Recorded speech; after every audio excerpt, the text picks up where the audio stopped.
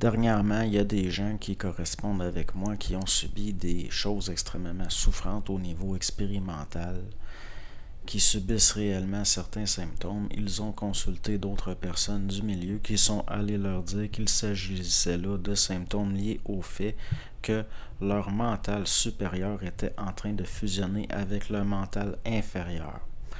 Or, l'esprit, ça ne se réfléchit pas. Pour qu'il y ait une fusion, il faut qu'il y ait jusqu'à un certain point un désamorçage de certaines mécaniques désuètes du mental inférieur. Le mental inférieur étant lié à la psychologie de l'ego, à la polarité dans le mental. Donc, au niveau d'une fusion d'un mental supérieur avec un mental inférieur, il y a là un paradoxe, quelque chose qui va contre les lois telles que l'instruction nous l'instruit, c'est-à-dire que l'esprit, ça ne se réfléchit pas. Et pour qu'il y ait une fusion du mental supérieur avec des corps prépersonnels inférieurs manifestes au niveau de l'incarnation, il doit y avoir un désamorçage du réflectif. Donc, est-ce que l'esprit pourra devenir psychologique? Non. C'est l'ego qui devra devenir esprit, dans le sens d'une incarnation créative au niveau d'un mouvement dans le plan matériel. Là où le bas blesse, c'est que beaucoup de choses se sont dites et nous pouvons voir là une certaine récupération par les forces de l'âme qui tentent de se réaligner, qui tentent de se réajuster par rapport à certains outils que certains égos ont acquis afin de poursuivre un assujettissement qui passe à travers la psychologie réflexive de l'ego, qui sera toujours porté à vouloir se rassurer, qui sera toujours porté à vouloir agir d'une façon qui le conforte. Or, il est possible de sortir d'un certain confort tout en n'étant pas dans l'inconfort.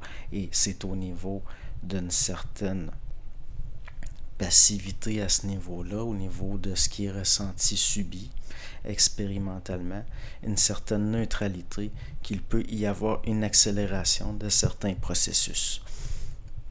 L'être humain est à la fois psychique et psychologique, et c'est à travers son psychique que certaines forces se servent de la mécanicité de l'âme pour engendrer un psychologique subjectif et non créatif. C'est là où l'âme va toujours vouloir se réapproprier certaines forces incarnées pour sa propre évolution. C'est-à-dire que l'ego incarné, sans s'en rendre compte, sert le monde de la mort. Le monde de la mort ne peut pas s'instruire de lui-même. Il va toujours être instruit par de l'expérimental qui s'enregistre dans ce qui est engrammé dans le pire esprit planétaire, dans les éthers de la Terre, c'est-à-dire l'astral. Donc, l'astral veut s'instruire par le vivant, mais il veut garder le vivant sous son assujettissement, comme un mauvais élève qui voudrait à tout prix dominer son professeur tout en continuant d'apprendre. Et c'est là où c'est extrêmement dangereux. Parce que certaines mémoires ne veulent pas se voir comme mortes et vont voir dans le fait de se réactualiser constamment, de s'ajuster constamment dans quelque chose qui est un assujettissement des égos incarnés, voir là une évolution, alors qu'il n'en est rien et que c'est toujours au détriment de l'être humain incarné. Donc, cette subjectivité-là, qui est maintenue par le monde de la mort, elle est possible dû au fait que les morts sont psychiques, que les autorités sataniques qui ont domination sur les morts sont psychiques et que l'être humain est à la fois psychique et psychologique. Et tant que son psychologique subjectif est maintenu, tant que son psychologique intuitif subjectif est maintenu, les mondes de la mort dominent l'être humain et le retardent. Pourquoi? Parce que le monde de la mort ne veut pas être dépassé par l'incarné. Il n'aurait plus la capacité de se réajuster. Et c'est à partir de ce moment-là que certaines formes désuètes seraient détruites et qu'il y aurait ce qui a été dit dans le passé, c'est-à-dire il y aura un nouveau ciel et une nouvelle terre.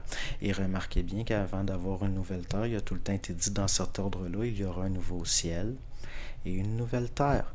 C'est-à-dire que lorsque l'astral ne sera plus capable d'évoluer à travers le vivant en l'assujettissant, en le dominant, l'astral sera détruit. Certaines énergies seront réacheminées aux égaux en fusion qui deviendront créatifs et enfin enregistreront un ciel à leur mesure qui leur sert réellement.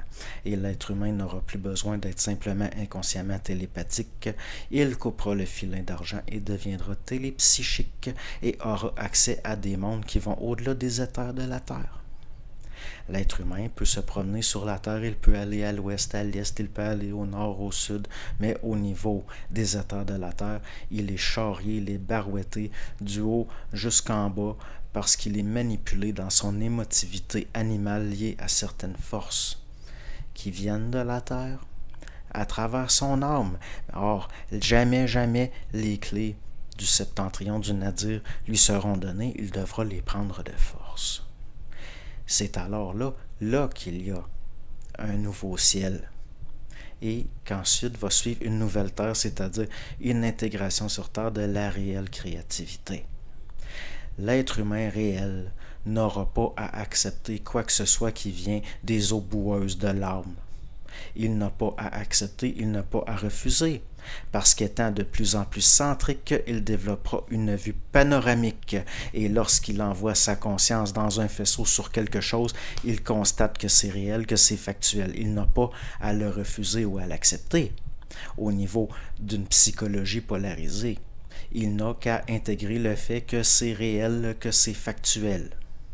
Ou si ce sur quoi il envoie le faisceau de sa conscience n'est pas réel et n'est pas factuel, les formes de cette irréalité-là subjective sont détruites et le faisceau poursuit. Il dépasse. Donc, l'être humain créatif réel n'aura pas à refuser ou accepter quoi que ce soit.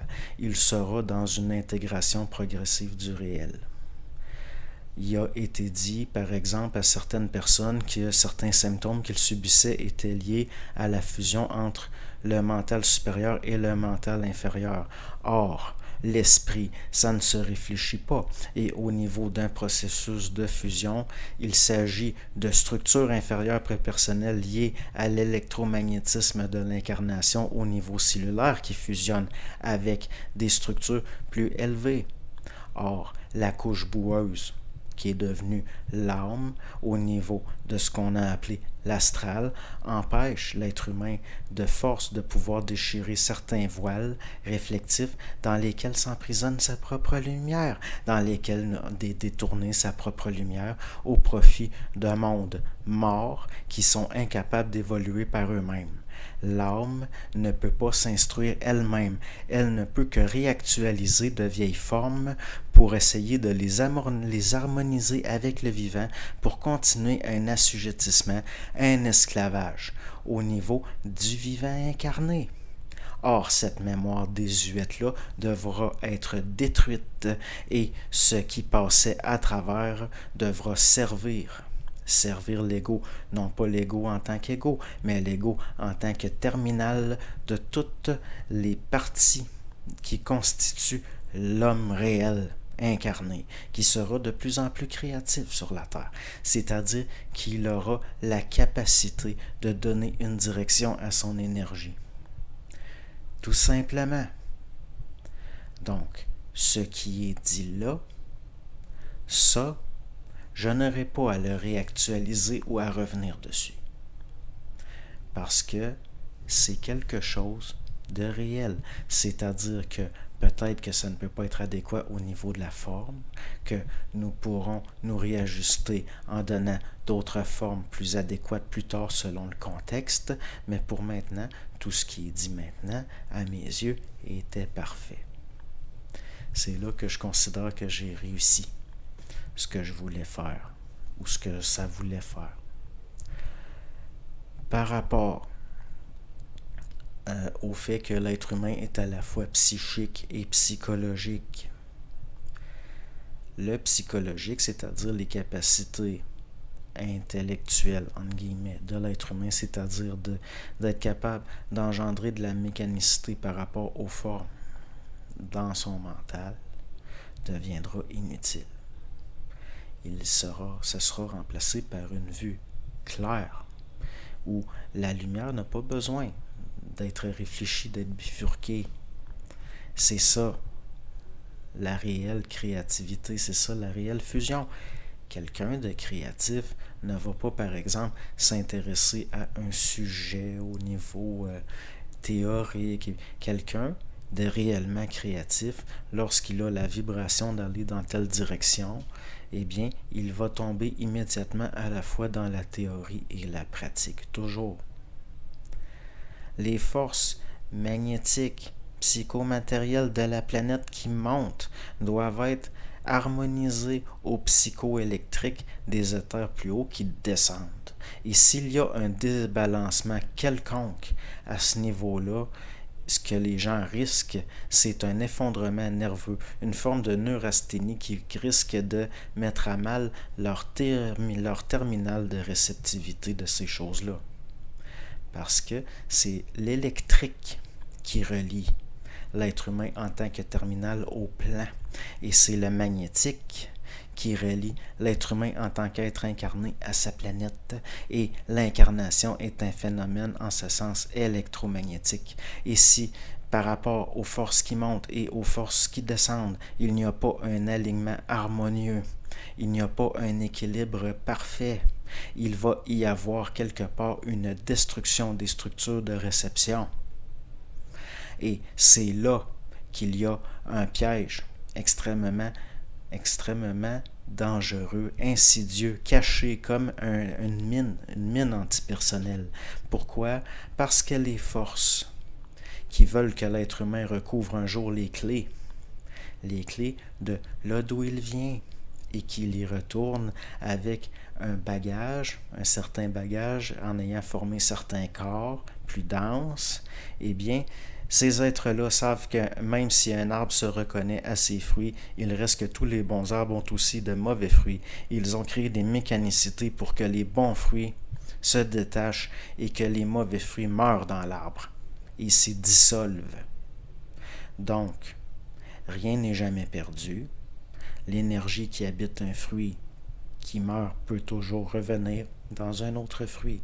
Et c'est ce qu'on a appelé anciennement la réincarnation, si vous voulez. Jusqu'à un certain point, mais ce ne sont pas les égos qui se réincarnent. Là est une illusion. Parce qu'un ego qui ne réussit pas au cours de son incarnation en tant que lentille à manifester le rayonnement au point d'incarner une réelle créativité, cette lentille-là est cassée, l'énergie retourne et repasse à travers une autre lentille. Et tout le reste n'est lié qu'à la mécanicité de la mémoire et de ce qui nous rattache à l'âme collective. Une fois que nous avons compris que l'âme dans ce moment est polluée, qu'il s'agit d'eau boueuse et qu'il y a des eaux plus claires au-dessus et que nous avons les clés pour aller au-dessus, nous pouvons retourner dans les eaux boueuses de l'âme en contenant de l'eau plus claire et en rayonnant un champ qui repousse la boue dans l'eau. Et donc, de petites bulles claires se manifestent de plus en plus et c'est ainsi qu'il y aura un nouveau ciel assaini, que les éthers de la Terre seront nettoyés à mesure que la capacité se manifeste par du fait de la montée en vibration de la planète qui elle-même subit certains cycles et tout étant dans tout, ces processus-là ne peuvent pas faire autrement que de se manifester. Or, l'être humain, au niveau de son ego, a tendance à penser qu'il a une grande importance en tant qu'ego individuel là-dedans. À certains niveaux, au niveau de certaines mécaniques qui le dépassent, son importance devient relative. Et il est un corollaire, tout simplement. L'ego doit être important pour lui-même. Il ne peut pas être important pour le cosmique. L'ego va prendre de l'importance qu'il s'approprie par rapport au cosmique, au niveau qu'il n'est plus assujetti à certaines mécaniques et qu'il prend de l'autorité, c'est-à-dire qu'il vibre de plus en plus fort et il se met à rayonner. Et à ce niveau-là, il va être en harmonie fréquentielle avec des paliers de plus en plus haut, de plus en plus haut. Et chaque fois qu'une conscience est visitée par quelque chose qui vient d'un palier un peu plus haut qu'elle, elle est persuadée d'entrer en contact avec Dieu. Or, l'être humain, ce n'est pas assez encore. Ce n'est pas suffisant encore. Mais, comme toute chose, Satan a des lois au sens de tendre, et Satan a des lois au sens de se tendre à des lois. Et, jusqu'à un certain point, les énergies qui ont parasité l'âme, qui assujettissent l'ego comme de mauvais geôliers, Satan, si vous voulez, finira par être relié, lié au sens de relier. Il sera relié à ce qui vibre à ce niveau-là. Et il restera rattaché à ce qui est bas. Donc, l'être humain aura les clés pour aller plus haut toujours, mais pas nécessairement sous la forme humaine telle qu'on la conçoit. Si vous avez parfois eu des expériences avec les plans astraux, que vous êtes un homme, vous avez peut-être vu sur ces plans-là une femme très très belle avec laquelle vous avez eu immédiatement une attirance très très forte, un peu comme si votre âme sœur était là-haut. Et le même phénomène au niveau de certaines femmes qui peuvent avoir rencontré sur ces plans-là un homme très très beau avec lequel elle avait une attirance irrésistible. Il s'agit en fait d'une part de vous. Il m'est arrivé de vouloir fusionner avec ma contrepartie féminine et ça se faisait par le côté. Et c'est là que le double à côté a dit non, puis il nous a séparés, puis il m'a ramené. Et là, si vous comprenez ce processus-là qui est lié à l'incarnation et à la division de l'énergie, vous saurez pourquoi il est écrit que Ève est sortie de la côte d'Adam, c'est-à-dire de son côté. Et pourquoi il est dit que les anges sont au-delà de la polarité féminin et masculin. Et tous ces mystères-là qui devront un jour être frappés au point d'être défoncés, c'est-à-dire que plus l'être humain sera conscient, moins il y aura de mystères, point final. Bonne journée.